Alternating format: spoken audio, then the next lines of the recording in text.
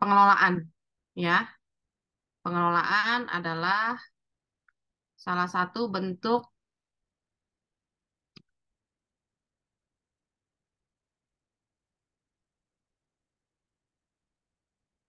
dari manajemen, ya. Kita belajar di apotik berarti pengelolaan sediaan farmasi ini apa saja yang dilakukan di apotik, ya. Nanti kalau belajarnya farmasi rumah sakit, ya farmasi rumah sakit, ya. Karena ini skupnya apotik, jadi kita belajar tentang pengelolaan di apotik. Ini bentar nih share screen-nya gimana nih? Oke, enggak. Slideshow-nya. Udah ya? Kita mulai ya. Suara saya jelas kedengeran ya? Iya, Bu. Mana kameranya bisa dinyalain nggak nih? Gita, Sylvia, Sarah, Yusnia, Putri, Farizan, Roida, Deborah. Ya, tolong dinyalain dong. Saya ngomong dari tadi minta nyalain kamera nih nggak ada yang nurut nih. Anissa, Ananda ya. Di kontak perkuliahan sudah dibacakan ya. Kalau untuk perkuliahan online, tetap kamera harus dibuka, harus di-on.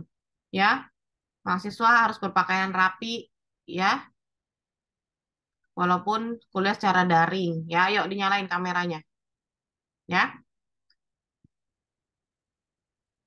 Nah, pengelolaan obat itu adalah serangkaian alur, ya, serangkaian alur.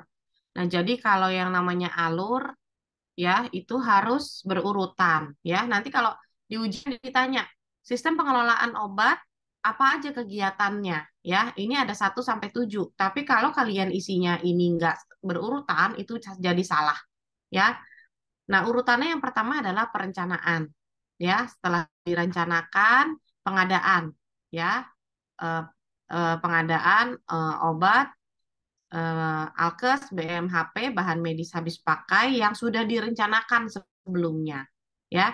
Kemudian setelah pengadaan ada penerimaan, ya. Barang datang, ya, diterimakan oleh petugas farmasi di apotik. Kemudian setelah diterima, sediaan obat, alkes dan bahan medis habis pakai tersebut disimpan, ya. Jadi penyimpanan. Nah, setelah disimpan, ada obat-obatan tersebut yang harus dimusnahkan atau ditarik, ya. Nah, alasannya apa aja? Kenapa eh, barang-barang tersebut harus dimusnahkan dan harus ditarik? Nanti kita belajar. Kemudian pengendalian, ya. Apa yang harus dikendalikan? Ya, mengapa harus dikendalikan? Nah, ini nanti juga dibahas. Kemudian ada pencatatan dan pelaporan, ya. Kita belajar dulu dari perencanaan yang alur yang pertama, ya. Perencanaan itu adalah kegiatan untuk menentukan jenis dan jumlah sediaan farmasi, alat kesehatan, dan BMHP. BMHP itu singkatan dari bahan medis habis pakai, BMHP, ya, sesuai dengan kebutuhan, ya. Jadi tahap yang pertama itu kita tentukan dulu jenisnya mau apa aja, jumlahnya mau berapa banyak, ya, direncanakan dulu, ya, kebutuhannya. Nah, tujuannya apa? Ya, untuk memperkirakan jumlah dan jenis yang mendekati kebutuhan, ya. Jadi misalnya kita eh, pengadaan itu misalnya dilakukan 2 kali seminggu, ya. Nah, dalam waktu 2 kali seminggu, misalnya kita buat perencanaan untuk 1 bulan. 1 bulan berarti 4 minggu. 4 minggu, kalau pembelian 2 kali seminggu berarti 8 kali pembelian dalam 1 bulan. Nah, kita ceritanya misalnya sekarang bulan September, kita mau merencanakan untuk bulan depan nih, bulan Oktober. Ya, bulan Oktober berarti dalam 1 bulan ada 8 kali pembelian, 8 kali pengadaan. Ya, kita tentukan apa saja yang kita butuhkan, yang apotik butuhkan, dan berapa jumlahnya. Nah, jumlahnya itu nanti bisa dihitung. Ya, jadi tujuan perencanaan yang pertama itu mendapatkan perkiraan jumlah dan jenis yang mendekati kebutuhan. Ya, persis tepat sekali bisa jadi iya, bisa jadi juga belum tepat ya, tetapi mendekati ya. Misalnya kebutuhan amoksisilin, misalnya kalau dipakai eh, perhitungan jumlah kebutuhan berdasarkan pemakaian bulan sebelumnya. Misalnya bulan September pemakaian amoksisilin itu ada 500 tablet. Ya berarti untuk kebutuhan minggu bulan berikutnya, bulan Oktober, ya ada 500 tablet juga, ya. Nah, nanti banyak eh, angka kebutuhan itu disesuaikan juga nanti, ya, dengan banyak faktornya nanti kita belajar, ya. Kemudian meningkatkan penggunaan secara rasional, menjamin ketersediaan, ya. Kita rencanakan dulu, jangan sampai ada barang yang kosong, yang stoknya kosong, ya. Menjamin stok tidak berlebih, ya. Selain menghindari kekosongan stok, juga jangan sampai stoknya berlebih, ya. Efisiensi biaya, ya. Supaya biayanya lebih efisien, ya perlu adanya perencanaan, ya. Kalau tidak direncanakan dulu, dikhawatirkan nanti biayanya menjadi membengkak, ya. Jadi beli terus kita nggak direncanakan dulu di awal berapa sebenarnya yang kita butuh, gitu ya. Nah, kemudian estimasi pengadaan penyimpanan dan biaya distribusi, ya. Jadi kalau pengadaannya sedemikian besar, ya berarti kita perlu penyimpanan berapa luas gitu ya. Nah, itu bisa diestimasi. Nah, ini ada proses perencanaan ya. Yang pertama itu persiapan, ya. Persiapan itu menentukan jenis, ya, daftar spesifik, generik, merek dagang, ya. Jadi jenisnya itu lengkap ya, misalnya amoksisilin tablet 500 miligram atau amoksisilin sirup, ya. Kemudian periode pengadaan dan lead time. Lead time itu adalah waktu tunggu, ya, waktu yang dibutuhkan ketika barang dipesan sampai dengan barang itu tiba. Jadi eh, ada obat-obatan yang dipesan dari supplier itu ketika dipesan pagi misalnya, itu belum tentu datangnya siang atau sore, gitu ya. Ada perhitungan lead time-nya. Ada obat-obat misalnya seperti prekursor atau obat narkotik psikotropik, itu obatnya tidak langsung eh, sampai hari itu juga ketika dipesan, ya.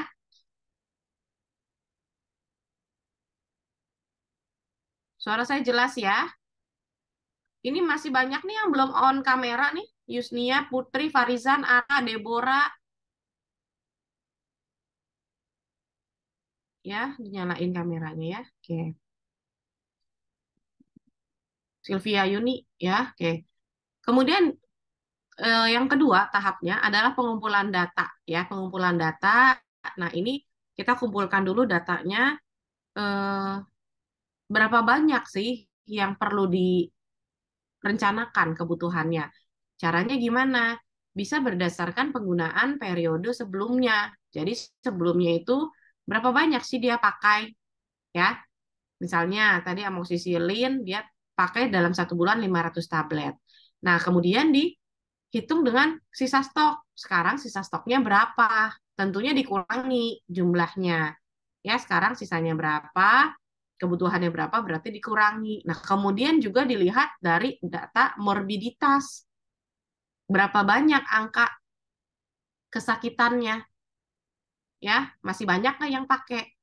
Ya, misalnya eh, obat-obat COVID, katakanlah, ya, obat-obat COVID waktu yang lalu itu banyak banget yang pakai itu ya, angka kejadiannya tinggi. Nah, tapi sekarang apa masih perlu obat-obat COVID-19 ya? Nah, itu menjadi bahan pertimbangan dalam perencanaan.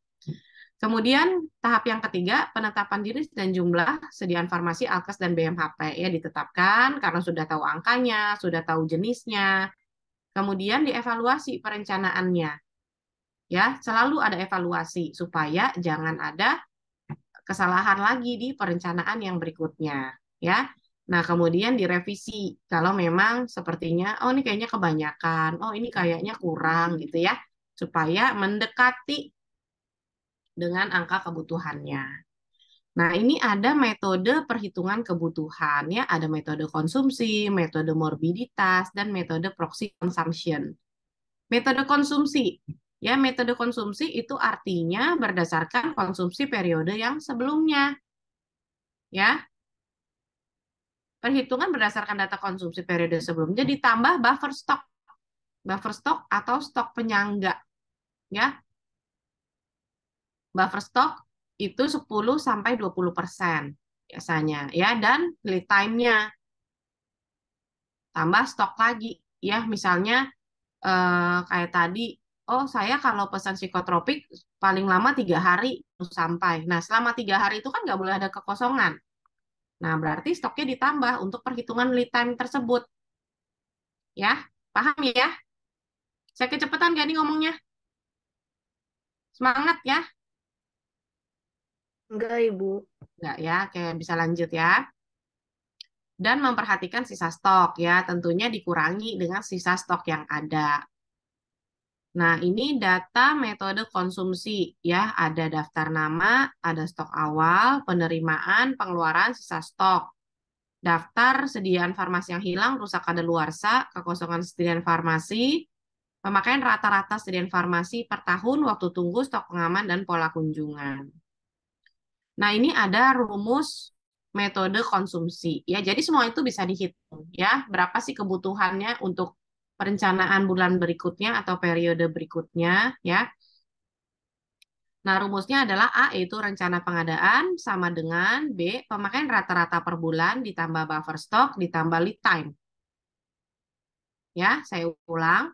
Rencana pengadaan adalah pemakaian rata-rata sebulan ditambah buffer stoknya. Ini boleh ditentukan sendiri 10-20% biasanya.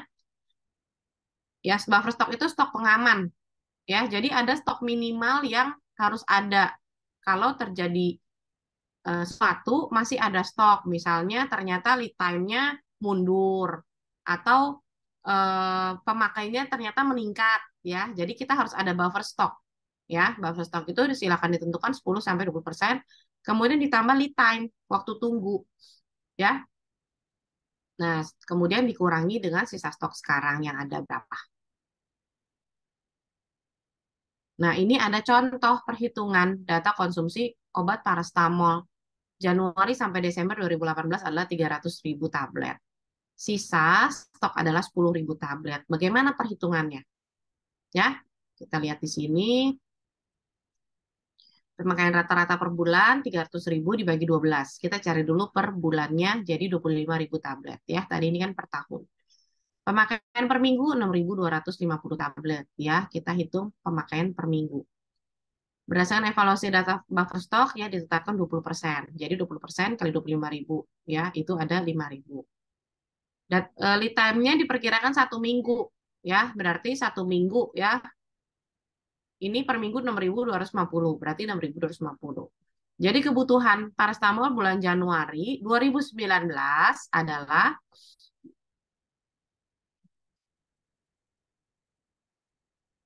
A ditambah apa? B ditambah C ditambah D. Yaitu 25.000 tambah 5.000 tambah 6.250.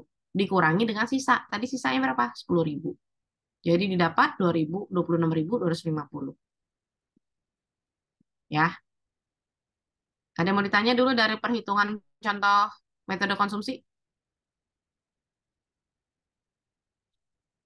Coba diperhatikan dulu.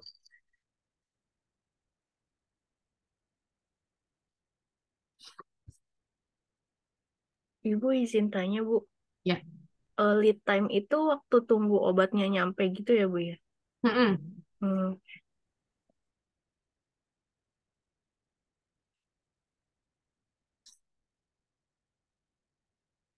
Ya, jadi lead time itu beda-beda sih. Ya, tergantung obatnya apa, tergantung kebiasaannya. Kadang kita kalau di apotek itu kan kita udah hafal ya, misalnya oh kalau APL pesennya biasanya kita pagi pesen siang atau sore udah sampai gitu ya.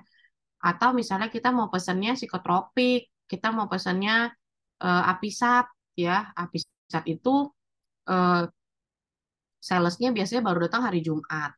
Hari Jumat terus dia baru kirim bisa hari Senin atau Selasa. Ya, kita kemungkinan terlamanya aja berapa hari gitu. Ya, jadi disesuaikan lagi dari masing-masing eh, obat item obatnya. Ya, biasanya yang buat perencanaan itu bukan yang baru kerja ya, biasanya yang buat perencanaan kalau nggak apotekernya yang sudah ada dilihat lama bekerjanya gitu ya, karena kan harus tahu kondisinya ya di lapangan tuh seperti apa untuk menentukan lead time-nya, untuk menentukan buffer stock-nya ya. Ada lagi yang mau ditanya nggak? Lanjut. Saya rasa nih kalau metode konsumsi mudah ya. Kita lanjut ya. Yang kedua adalah metode morbiditas. Berarti morbiditas itu dihitung berdasarkan pola penyakitnya ya. Metode morbiditas memperkirakan keperluan obat sampai dengan obat tertentu berdasarkan jumlah kejadian penyakit dengan mempertimbangkan pola pengobatan untuk penyakit tertentu. Jarang ditetapkan karena keterbatasan data terkait pola penyakit. Ya, faktor yang perlu diperhatikan perkembangan pola penyakit dan lead time. Jadi kalau morbiditas ini kan berdasarkan pola penyakit. Karena gampang berubah ya pola penyakitnya, susah ditentukan. Kecuali kalau memang sedang COVID-19, nah itu kan lumayan panjang ya, kemarin kita sampai berapa, 2 tahun ya. Nah itu bisa pakai metode morbiditas ini. Tapi kalau eh, penyakit-penyakit yang umum ya lebih sulit untuk ditentukan ya. Nah prosedurnya yang pertama untuk metode morbiditas mengumpulkan data yang diperlukan ya, perkiraan jumlah populasi ya. Kemudian diperlukan juga pola morbiditas penyakit ya. Perkiraan jumlah populasi, komposisi demografi dari populasi ya. Kemudian untuk jenis penyakit per tahun ya. Nah, kemudian menghitung jumlah sediaan farmasi. Caranya jumlah kasus dikali jumlah obat sesuai pedoman pengobatan dasar. Ya, jumlah kebutuhan dihitung dengan mempertimbangkan pola penyakit, lead time, dan buffer stock. Ya, contoh penggunaan oralit pada penyakit diare akut. Ya, kalau anak-anak satu siklus pengobatan diare perlu 15 bungkus oralit. Ya, jumlah kasus 180 ya yang diperlukan 180 kali 15. Kalau untuk dewasa dibutuhkan untuk satu siklus diare 6 bungkus yang isinya 1 liter. Jumlah kasusnya 108 ya, jadi perlunya berapa bungkus. Kemudian yang ketiga ini ada metode proxy consumption. Ya, metode perhitungan kebutuhan obat menggunakan data kejadian penyakit ya, konsumsi obat, permintaan atau penggunaan dan pengeluaran obat dari apotek.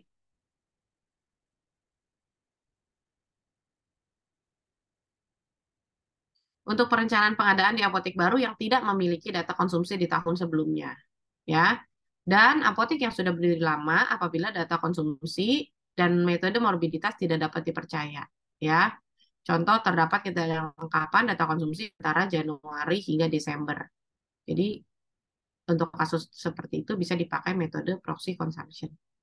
Metode ini menghasilkan gambaran ketika digunakan pada suatu apotek dengan apotek lain yang memiliki kemiripan profil masyarakat dan jenis pelayanan.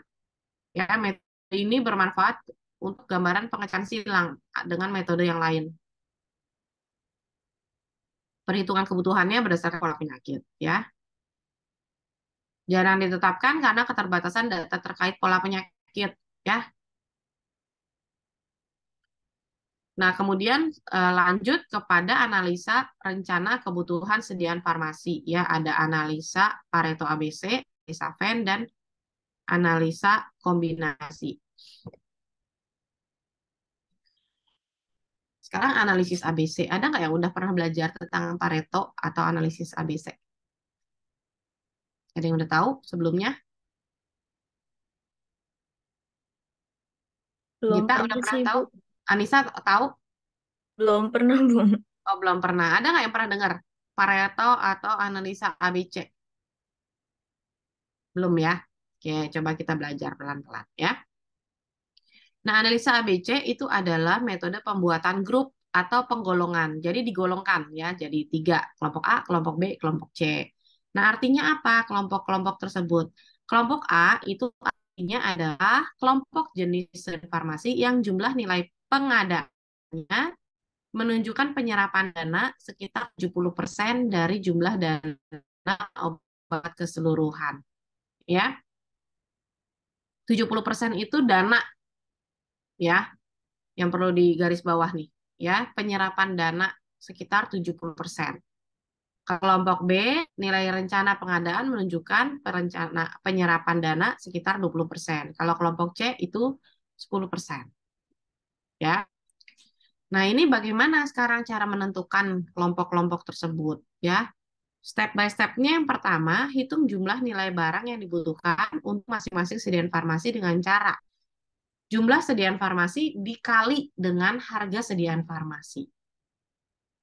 Jadi gini, misalnya parastamol, ya, parastamol itu kita bandingkan dengan Crestor. Jadi ini cara menghitungnya di list dulu pertama daftarnya, daftar barangnya, di list apa yang dimiliki oleh apotek tersebut dari A sampai Z. Ya. Jadi nanti A sampai Z ini di kita kelompokin, ya. Kelompokinnya gimana? Kelompokinnya itu yang pertama jumlah nilai barang, jumlahnya kebutuhannya berapa. Ini yang sebelumnya ya, tahun sebelumnya. Misalnya Januari sampai Desember 2018. Kita mau hitung untuk 2019, ya. Jadi jumlah pemakaian di tahun 2018 itu dihitung jumlah pemakaian dengan harga. Kenapa harus dikalikan? Ya, kalau kita hitung berdasarkan jumlahnya saja, tentunya jumlah pemakaian obat parastamol itu jauh lebih tinggi jika dibandingkan dengan jumlah pemakaian Crestor, anggaplah saja. Ya, tapi kalau dibandingkan dengan dana yang harus disiapkan, sama nggak parastamol dengan Crestor? Beda, Bu. Beda. Beda. Ya, makanya nggak bisa kalau berdasarkan hanya jumlahnya saja, tetapi harus dikalikan dengan harga. Ya, harga 1.000 tablet parastamol belum tentu lebih mahal dari misalnya kebutuhan Crestor dalam 1 tahun itu 5 box. Paham ya? Nah, makanya ini harus dikalikan dulu. Nggak bisa cuma ambil jumlahnya aja. Ya, jadi dari list barang yang ada, ya, ini ada jumlah pakaian, ada kalau dikalikan. Itu dulu yang dikerjakan, ya. Nah, setelah sudah dapat nih semua sudah dikalikan, dapat harganya, ditentukan peringkatnya, mulai dari terbesar dananya sampai yang terkecil. Jadi dari A sampai Z tadi sudah dikalikan, keluar harganya, diurutin sekarang. Ya, diurutin dari yang paling mahal sampai yang paling murah. Tentu saja parastamol itu nggak ada di atas, dia pasti ke bawah-bawah. Ya, walaupun pemakaiannya itu banyak. Nah, kemudian hitung persentasenya terhadap total dana yang dibutuhkan. Urutkan kembali jenis-jenis sediaan di atas mulai dari yang presentasinya biaya terbanyak.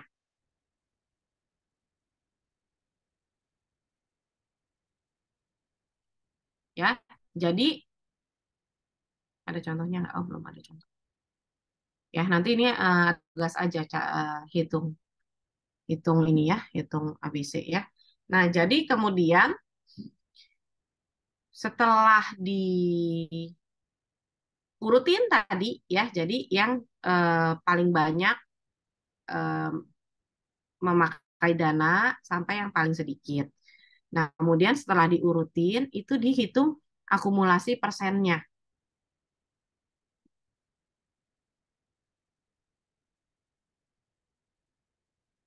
ya. Dihitung akumulasi persennya. Identifikasi jenis sediaan farmasi yang menyerap kurang lebih 70% anggaran. Biasanya didominasi beberapa sediaan farmasi aja. Jadi dihitung persennya itu sampai dengan 70%. Ya, akumulasinya. Nah, itu masuk ke dalam kelompok A. Nah, kemudian 71 sampai 90% itu masuk kelompok B. Kemudian 90 sampai 100% itu masuk kelompok C. Coba sebentar, saya bantu cari contohnya ya, biar lebih mudah.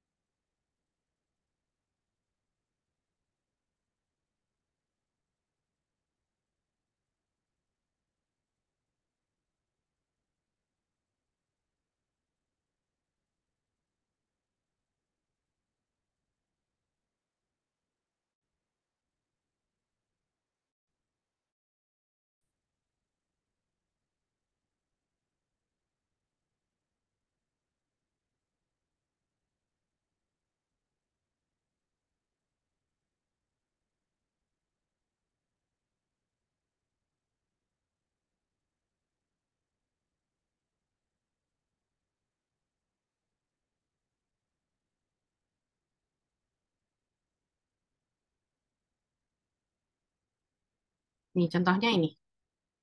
Kelihatan layar saya ya. Kita ambil di sini contoh perhitungannya aja. Nih, kelihatan nggak? Kelihatan nggak ini? Halo, Kelihatan Ibu. Bu. kelihatan ya. Oke. Nah, ini ceritanya nih ya. Ini simulasinya aja biar lebih gampang. Ini nama obatnya ya, A, B, C, D, C, D, E, F, G ya. Ceritanya ini nama obatnya, kemudian ada jumlah permintaannya berapa banyak, harga per itemnya berapa, dikalikan ya. Nah, kemudian setelah dikalikan, ini diurutin dari yang paling besar sampai yang paling kecil. Ya, ini paling besar 450.000, jadi dia paling atas. Disort aja ya. Jadi diurutkan dari yang paling besar sampai yang paling kecil ya. Nah, kemudian dihitung jumlah kumulatifnya. 450.000 ditambah 250.000, 700.000, 700 tambah 150, 850 dan seterusnya. Oke. Nah, udah dibuat kumulatifnya persennya. Sekarang 450.000 itu berapa persennya dari total? Ya, jadi nanti di total dulu ya. Jadi 450.000 dibagi totalnya dikali 100%, dapat 41,4%. Ya, kita mau cari untuk kelompok A itu adalah 70%.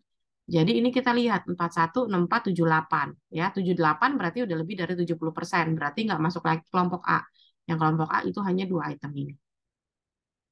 Ya, kemudian kelompok B itu sampai 90%. Ya, kita lihat yang sampai 90% berarti ini.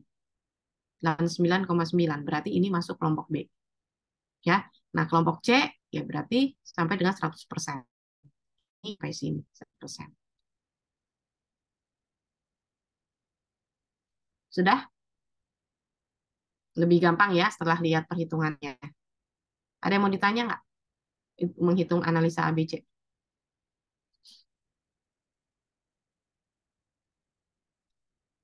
Udah, kalau udah kita balik ke ini lagi ya.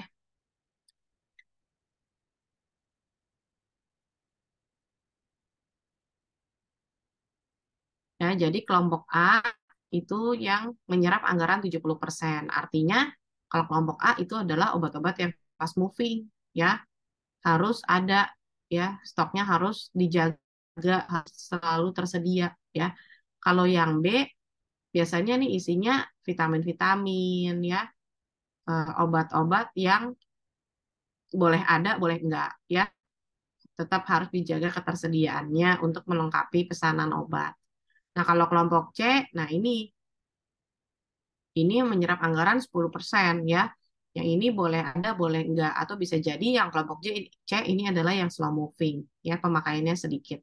Ya, harganya juga murah. Ya. Oke, lanjut. Setelah Pareto ABC, ada lagi namanya analisa VEN atau Vital Esensial Non-Esensial. Metode VEN itu adalah pengelompokan obat berdasarkan dampak jenis obat terhadap kesehatan ya. Jadi ada yang vital, esensial dan non esensial. Kalau yang vital yaitu obat-obat yang harus ada dan penting untuk kelangsungan hidup ya, atau istilahnya life saving drug, ya, untuk pelayanan kesehatan pokok, ya, seperti adrenalin atau insulin, obat jantung, ya, itu harus ada. Kemudian yang kedua adalah yang esensial. Esensial itu adalah obat-obat penting yang terbukti efektif dalam menyembuhkan penyakit, tetapi tidak termasuk kelompok vital. Misalnya antibiotik, obat analgetik, obat gastrointestinal, ya. Ini juga harus ada, ya. Kemudian yang non esensial atau obat yang kurang penting hanya sebagai penunjang seperti vitamin dan suplemen. Nanti ini sifatnya untuk pelengkap saja, ya. Kegunaan sistem VEN apa? Penyesuaian rencana kebutuhan, sediaan farmasi dengan alokasi dana yang tersedia, ya. Sediaan farmasi yang perlu ditambah atau dikurangi dapat didasarkan atas pengelompokan sediaan farmasi menurut VEN, ya. Kelompok V itu harus selalu tersedia, ya.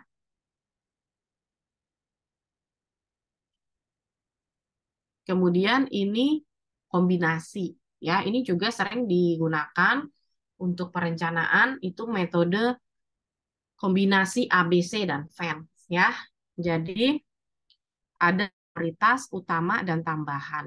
Kalau prioritas itu harus diadakan tanpa memperdulikan sumber anggaran, ya. Kelompok yang termasuk kelompok prioritas adalah AV, BV, dan CV. Di sini. Jadi kalau di sini BC, di sini VEN. Ya, kelompok prioritas ya itu adalah kelompok AV, BV, dan CV. Ini yang harus ada. Ya. Kemudian yang utama ya dialokasikan pengadaannya dengan memperhatikan anggaran yang ada, ya.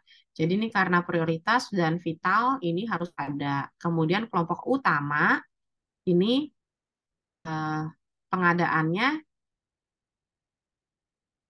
diadakan dengan memperhatikan anggaran yang ada. Jadi anggarannya ada nggak?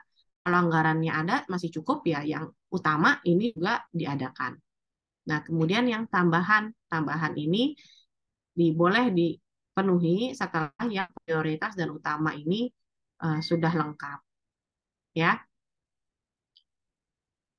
Yang termasuk kelompok yang tambahan ini KN, BN, dan CN, ya.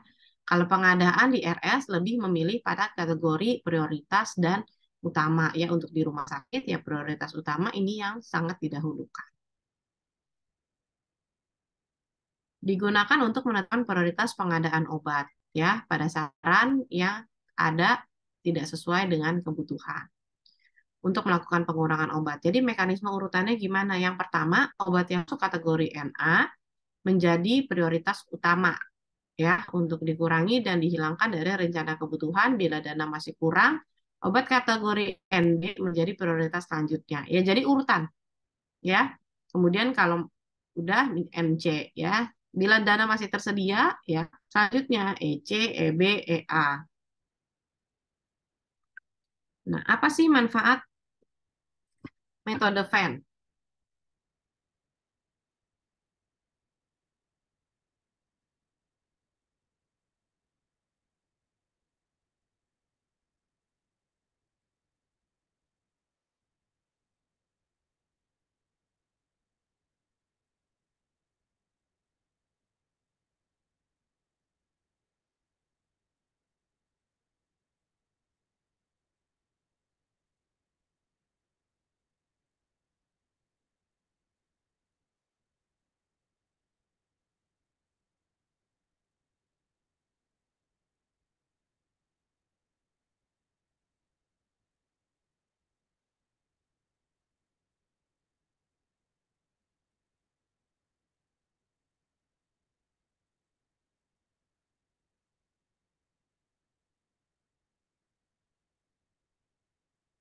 Manfaatnya apa? Penyesuaian rencana kebutuhan obat dengan alokasi dana yang tersedia. Jadi kalau khususnya di apotik, tentunya anggaran dananya akan lebih terbatas ya dari rumah sakit. Jadi dengan anggaran yang tersedia, kita bisa menentukan obat apa sih yang harus ada dan harus tersedia. Tuh ya. Dalam penyusunan rencana kebutuhan obat yang termasuk kelompok vital, diusahakan agar stok selalu tersedia, ya. Untuk menyusun daftar fan perlu ditentukan terlebih dahulu kriteria penentuan fan.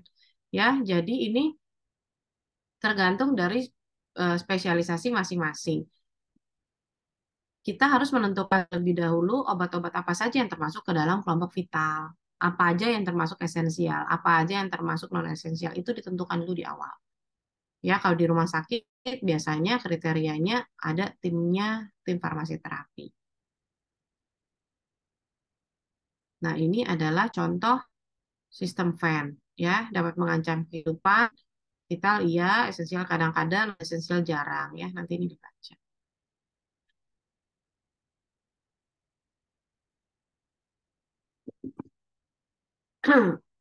Kita sampai jam berapa? 9.30 ya? Eh, 9.40 ya? Iya, Bu. Sampai jam. Oke, lanjut dulu ya. Pengadaan ya, langkah yang kedua, tahap yang kedua dari pengelolaan. Setelah perencanaan, pengadaan. Pengadaan itu adalah proses penyediaan obat yang dibutuhkan di apotek dan untuk unit pelayanan kesehatan lain yang diperoleh dari pemasok melalui pembelian. Apa aja sih pemasoknya kalau untuk obat-obatan? Ada yang bisa sebutin nggak Pak aja?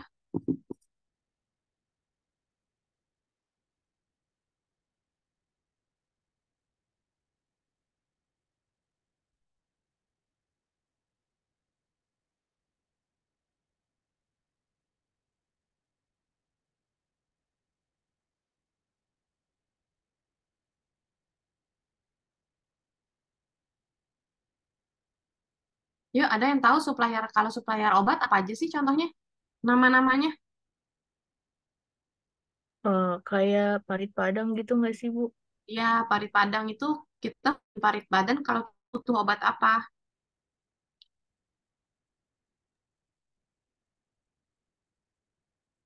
Biasanya kalau dari apotek saya ngambil imbus gitu, Bu, dari dia.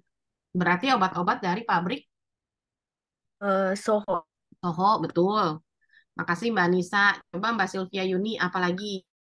Enceval, Ibu. Iya. Enceval, Enceval produknya siapa yang belinya di Enceval? Cara dekatinnya apa? Expram biasanya, Bu. Hexfarm atau Atau enggak Dexa. Dexa? Apa iya Dexa belinya di Enceval? Kalbe, Bu. Kalbe, ya Kalbe, Hexfarm itu satu anak perusahaan ya, satu perusahaan. Kalau Dexa, Medika belinya di mana? Produk-produk Dexa, AMS Bu, AMS. AMS, HAM. AM, HAM. AM ya, AM biasanya. Ya, jadi untuk eh, supplier besar ya, distributor utama yang ditunjuk oleh sebuah prinsipal atau pabrik obat, biasanya untuk pemesanan obat langsung ke sana ya. Misalnya kayak produk-produk Soho, kita pesannya di Parit Padang, produknya Kalbe, kita pesannya di Enceval, produknya Dexa Medica, kita pesannya di AM ya. Nah, ini bagaimana cara memilih distributor atau PBF tadi? Yang pertama, mutu produk ya. Jadi selain distributor utama, ada juga subdis istilahnya seperti GAW, Guna Abdi Wisesa, seperti Multi Husada Farma. Pernah dengar ACM? Ya, Pernah, Bu. ya banyak subdis. Nah, artinya subdis itu eh, mereka jual produk dari berbagai macam pabrik ya. Ada plus minusnya. Kalau kita misalnya pesen produk Soho nih misalnya harusnya di Parit Padang, tapi di ACM juga ada. Ya, bedanya apa? Ya masing ada plus minusnya kalau pesan di PPG atau pesan di Subdis. Nah, cara milihnya gimana nih? Distributornya begitu banyak ya. Pertama mutu produk ya, kualitas produk terjamin, ada nomor izin edar. Ya, jadi dengan produk yang sama itu kita harus jamin keasliannya. Reputasi produsen perlu kita lihat juga distributor berizin dan mampu memenuhi jumlah pesanan. Ya, kadang di subdis karena dia jual dari produk dari pabrik-pabrik, biasanya stok mereka juga nggak banyak gitu ya. Misalnya kita butuh tadi Imbosfor kita butuh misalnya 50 box. Nah, belum tentu di Subdis itu ada, tapi kalau di PPG biasanya punya ya, misalnya ya. Terus dari segi harga biasanya kalau distributor utama itu dia ngasih diskonnya sedikit ya. Tapi kalau kita beli di Subdis itu biasanya dia kasih diskon lebih besar. Atau kadang-kadang mereka lagi ada program. Oh, ini kalau beli Imbos lagi beli 10 box gratis satu misalnya. Atau dikasih diskon kalau beli 10 diskonnya 1%, beli 20 diskonnya 2% dan lain sebagainya. Banyak program-program yang ditawarkan. Nah, di situ kita cek harganya mana yang paling baik ya. Kemudian syarat ketempatan waktu pengiriman lead time cepat ya. Supplier besar atau distributor utama itu biasanya saya nggak sebut semua, biasanya pengantaran itu lebih lama daripada Subdis. Kenapa? Karena distributor utama itu jangkauannya lebih besar, satu Indonesia ya, di mana mereka lebih tinggi beban kerjanya ya. Tentu saja kalau armada merekanya belum cukup, belum memenuhi, ya pengantarannya pasti lebih lama. Tapi nggak semua ya. Kayak APL distributor besar, tapi pengantarannya cepat ya. Nah kalau Subdis, di mana mungkin dia masih main antar daerah gitu ya, loh satu lokasi misalnya pengantarannya juga nggak sebanyak distributor utama, ya pasti pengiriman lebih cepat gitu ya. Jadi masing-masing ada plus min. Tapi hati-hati juga ya, mutu pelayanan pemasok dapat dipercaya ya. Eh, saya nggak tahu apa kalian pernah dengar ada belum lama ini, rasanya mungkin tahun lalu kali ya. Ada salah satu Subdis yang ketahuan memalsukan barang ya.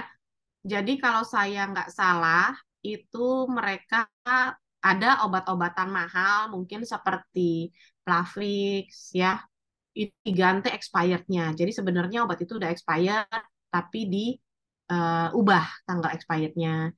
Terus jadi banyak supplier yang nakal gitu ya. Ada yang ternyata isinya dia ganti isi obatnya, jadi misalnya itu obat generik misalnya, tapi dikemas dalam obat dengan merek paten. Banyak hal-hal demikian yang terjadi ya, itu sebabnya dalam pemilihan distributor kita harus jeli ya, jangan mudah percaya dengan iming-iming harga lebih murah ya.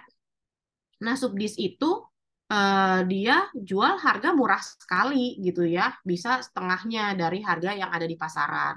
Yang seperti itu perlu dicurigai dulu ya, jangan oh murah nih kita bisa untung banyak, bisa ambil ya, nggak seperti itu, belum tentu produk itu asli dan bisa dipercaya ya. Kemudian kebijakan tentang barang yang dikembalikan ya, tentu saja seiring berjalannya waktu banyak obat-obat yang perlu kita retur ya, misalnya biasanya karena sudah mendekati expired dan tidak terjual ya. Nah ini juga perlu ditanyakan di awal ya, untuk nanti kalau mau retur barang gimana ya Pak, berapa lama ya sebelum, bisa nggak diretur ya, tentunya supaya kita tidak ada pemborosan di barang-barang retur, kita tanya dulu bisa nggak ya. Biasanya di perusahaan besar itu bisa diretur ya. Kalau di Subdis biasanya nggak bisa. Ya, kita tanya dulu persyaratannya apa untuk retur. Boleh nggak per strip atau harus per box? Boleh nggak pada bulannya expired? Misalnya expired bulan September 2023. Pada bulannya boleh nggak nih?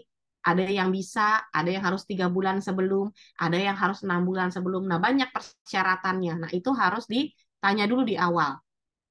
Ya. Kemudian pengemasan. Ya. Nah, waktu pengadaan obat dilakukan berdasarkan apa? Sisa stok, ya, kapasitas sarana penyimpanan, ya, penyimpanannya masih cukup enggak? Jangan kita pesan terus tapi udah nggak muat lagi tempatnya. Dan berdasarkan waktu tunggu, ya, lead time. Nah, dalam pengadaan yang perlu disiapkan yang pertama adalah surat pesanan. Ya, surat pesanan itu ada SP reguler, ya, minimal 2 rangkap dibuat ya, obat bebas terbatas, obat keras, alkes, PKRT, kosmetik, obat tradisional masuk kepada SP reguler. SP narkotika ada 4 rangkap ya, biasanya SP narkotika berupa buku yang biasa dipesan langsung ke Kimia Farma. Ya, di situ sudah ada 4 rangkap ya. Satu SP isinya adalah satu obat, satu sediaan saja ya. SP psikotropika ini dibuat 3 rangkap ya, bisa lebih dari satu obat. Kemudian SP prekursor ini dua rangkap ya, bisa lebih dari satu obat ya. Kalau 2 rangkap ini kan biasanya untuk arsip sisanya ya. Ini juga ada untuk arsip.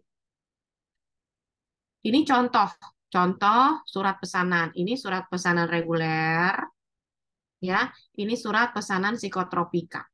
Ya, kalau psikotropika itu ada yang bertanda tangan di bawah ini ya. Kemudian mengajukan permohonan kepada nama perusahaannya diisi, alamatnya diisi, alamat perusahaannya. Kemudian untuk keperluan apa, apotik ya. Nama apotiknya apa? Apotik apa? Alamatnya di mana ya. Jadi ini yang bertanda tangan di bawah ini isinya adalah nama apotekernya.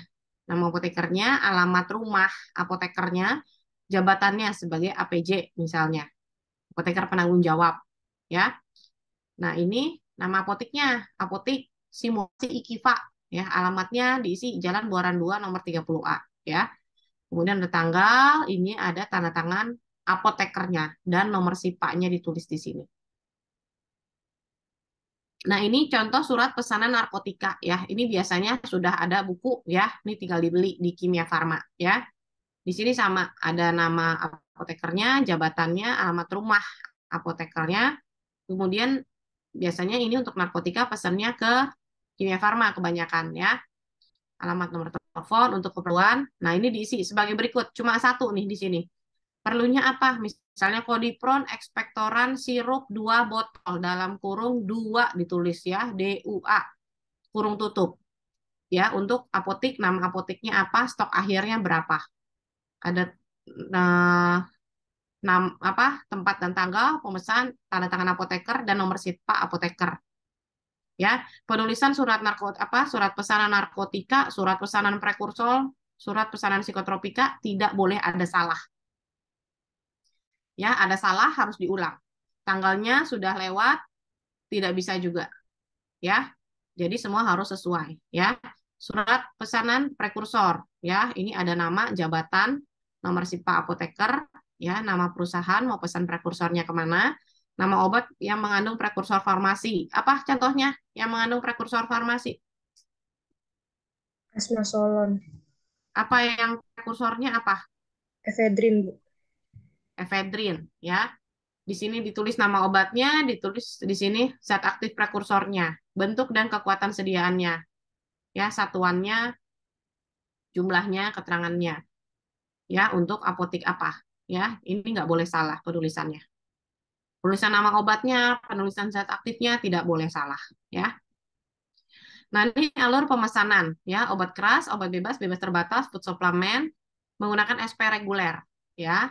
Caranya, yang pertama pengecekan stok obat, ya. Kalau ada buku defekta itu buku permintaan obat, ya, atau data komputer. Kalau memang data di komputer sudah sesuai, ya, stoknya sesuai dengan stok fisik. Nah, setelah dicek, ditulis surat pesanan yang ditandatangani oleh apa? Apoteker penanggung jawab apotik, ya. SP minimal rangkap 2 dan diperbolehkan nulis lebih dari satu item obat. Tadi kalau SP reguler itu boleh ya. Ya, ini tinggal di list aja ke bawah. Ya, selama ini satu PBF, ini boleh mau 10 boleh. Ya. Yang penting jelas ya, misalnya Tempra Forte sirup 60 mili ya. Kemudian misalnya amlodipin 5 miligram tablet ya, jadi jelas untuk sediaannya dan kekuatan sediaannya. Kemudian SP dikirim ke PBF ya, bisa melalui salesman-nya atau melalui telepon ya. Kemudian obat datang sesuai surat pesanan. Nah, ini untuk pemesanan obat prekursor. Pengecekan stok obat, buku defekta atau data komputer, kemudian penulisan SP prekursor ditandatangani oleh apa. Ya, boleh menuliskan lebih dari satu item obat ya. Kalau SP prekursor ini boleh lebih dari satu obat selama masih satu PF ya. SP dikirim ke PBF, bisa lewat salesman atau telepon, kemudian obat datang sesuai dengan surat pesanan. Ya. Nah, ini untuk SP prekursor, kemudian dihubungi PBF-nya atau salesman-nya kalau kenal untuk ambil SP prekursor. Jadi untuk prekursor itu SP-nya diambil dulu oleh salesman-nya. Ya, SP diberikan kepada sales, kemudian obat datang sesuai dengan surat pesanan prekursor. Nah, untuk psikotropika ya, itu pengecekan stok obat, buku defekta, dan data komputer, penulisan SP psikotropika ditandatangani oleh APA. SP-nya rangkap 3, ya. Dihubungi PBF atau sales untuk mengambil SP psikotropika. Ini juga harus diambil langsung oleh salesman-nya, ya, memberikan SP psikotropika, obat datang sesuai pesanan, ya. Obat psikotropika misalnya diazepam, alprazolam, ya. Nah, kalau narkotika, ya, contohnya kodein tablet, kodipron, morfin, petidin, ya, itu SP narkotika rangkap 4 ditandatangani apoteker menghubungi sales PBF untuk ambil SP. Ya, kalau kimia farma ya kita telepon sales kimia farma untuk ambil SP narkotik ya. Sama ya, dikasih dulu ke salesnya. Nah, nanti udah sampai kimia farma, banyak ada verifikasi oleh apoteker. Dia prosedurnya masih panjang sampai dengan disetujui untuk dikirim obat narkotikanya. Ya. Dan mungkin sampai di sini dulu kayaknya ya. Nanti kita lanjut minggu depan ke penerimaan dan seterusnya. Ada yang mau ditanya dulu nggak sampai di sini? Ada yang bingung? Bagian mana yang bingung?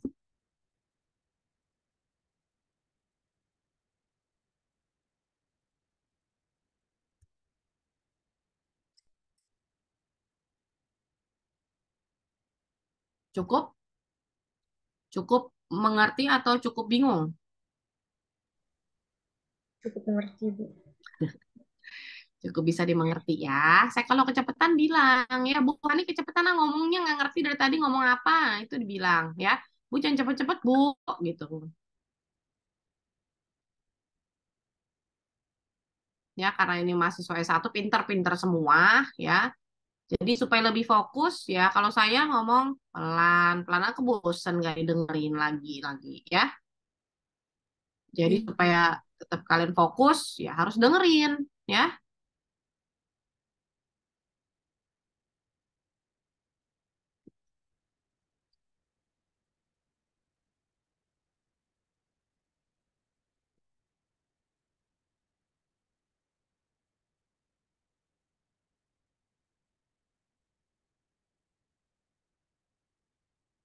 Deborah, Erma, ada nggak? Hadir, Bu. Anita, Hadir, Bu. Abdul Hafiz, Hadir. Ananda, Ananda Maharani, nggak ada. Hadir, Sal, Bu, hadir, hadir. oh, hadir. Salsabila, Hadir, Ibu. Arta Junita, Hadir Ibu. Farisan Adriawan,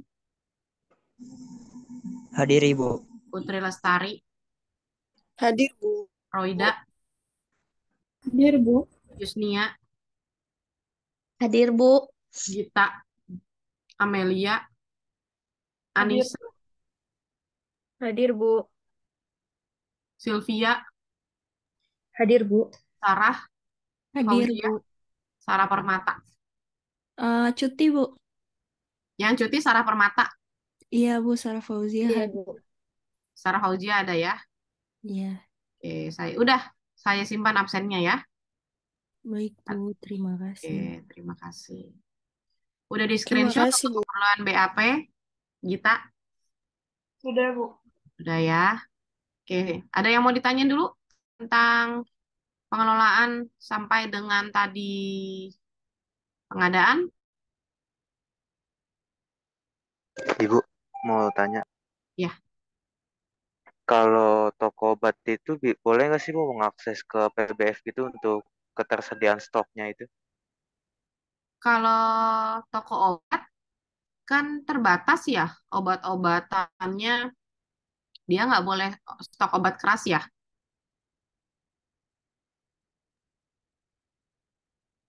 Iya, Bu. Jadi kalau saya sih belum terus terang kalau untuk toko obat kurang begitu paham, tapi sepertinya sih selama obat-obat yang dipesan ke PBF itu adalah obat bebas dan obat bebas terbatas, saya rasa boleh ya. Karena kan penanggung jawab toko obat kan TTK ya, bener nggak? Iya, Bu. Iya, Bu. Ya, atau mungkin di sini teman-temannya punya pengalaman, mungkin yang punya toko obat atau pernah bekerja di toko obat, mungkin bisa sharing pengalamannya. Kalau apa namanya?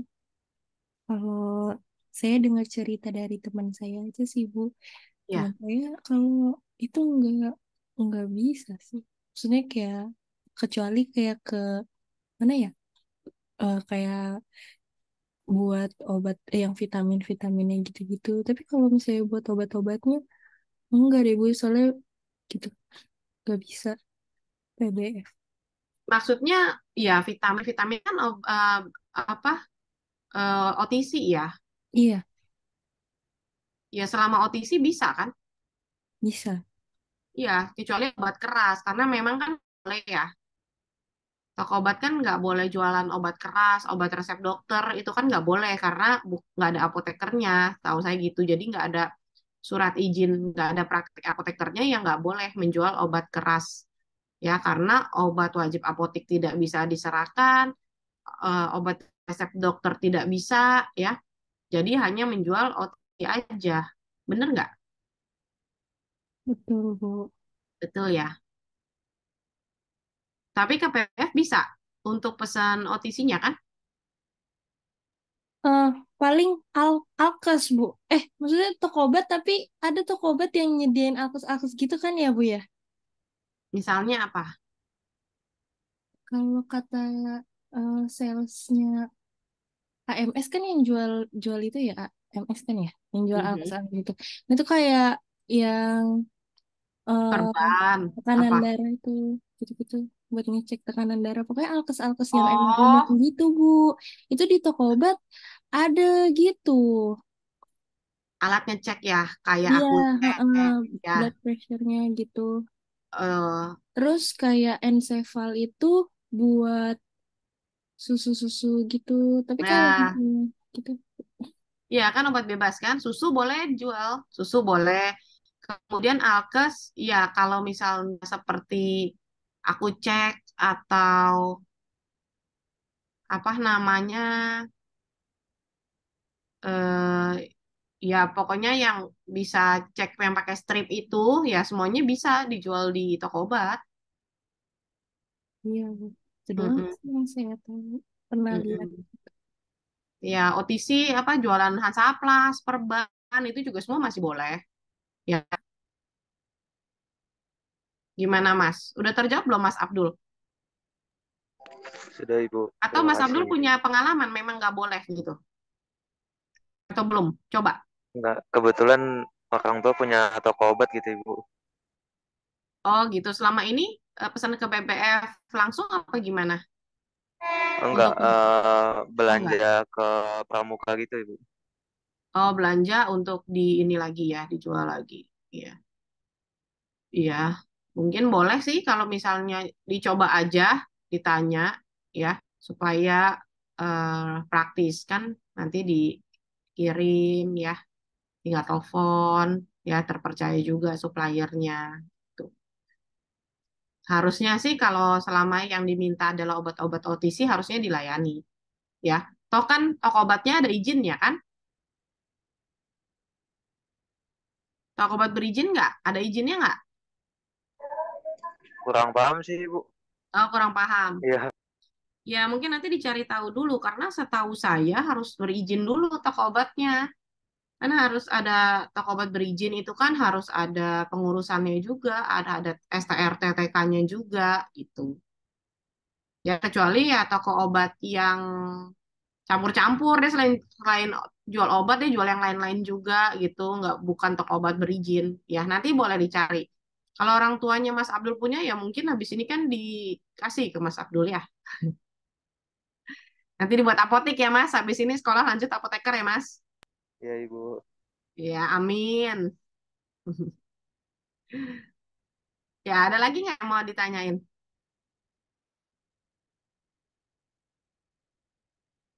Udah cukup? Udah cukup mungkin sampai di sini dulu ya pertemuan kita pagi ini. Terima kasih semuanya. Selamat pagi. Selamat Pagi. pagi, Bu. Terima Makasih, Bu. kasih. Terima Ibu, terima kasih. kasih.